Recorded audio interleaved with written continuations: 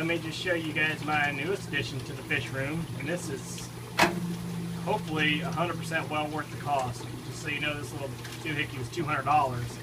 Now, I didn't shop around a whole lot. I just, found the first one that said it would work and then went with it, and that's okay. I don't imagine I'd have found it much cheaper than that. But anyway, don't remember the name brand or anything offhand. I'll try to put it in the comments below. But I got it from AquaponicsUSA.com, I think. And they just market it as an automatic fish feeder. But I've got it rigged up here. I put it on a shelf. And this one will hold 10 pounds of food.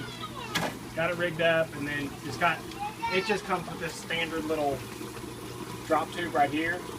And I just put a piece of 2-inch PVC over it, stuck a screw through it so it won't fall off.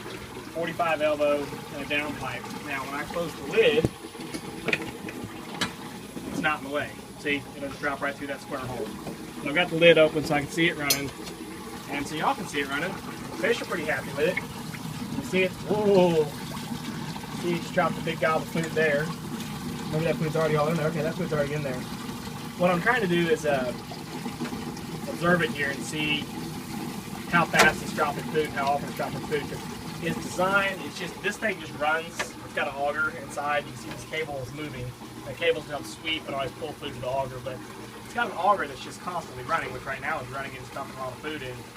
But this thing comes with a timer, so it'll kick on and run for so many minutes, however often you want it to. Which right now I've got, I think, a lot too much food in there, so I'm going to unplug it. But what I'm trying to get an idea for is, how much food it dumps out, how fast, so I can get my timer set. And I think looking at how much it dumped out there in about 2 minutes, I think I'll set a timer at 2 minutes. So I've been fooling with the timer that runs this feeder, and it's a fancy little timer as far as the options. But I'm learning this feeder really dumps out some feed. So I had the timer set for 1 minute runtime only.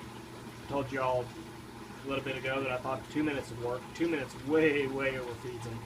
1 minute overfeeds them. This was 30 seconds worth of feed.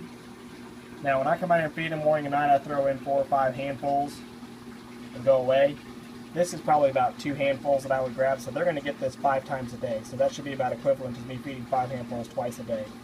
But yeah, just if y'all go after this feeder and go after this timer, realize this feeder is designed for anything. It's an auto pet feeder, so it can do big stuff, bigger fish food, dog food, cat food, whatever. So you're going to have to tinker with it when you get it all set up and really get a feel for how long you want it to run.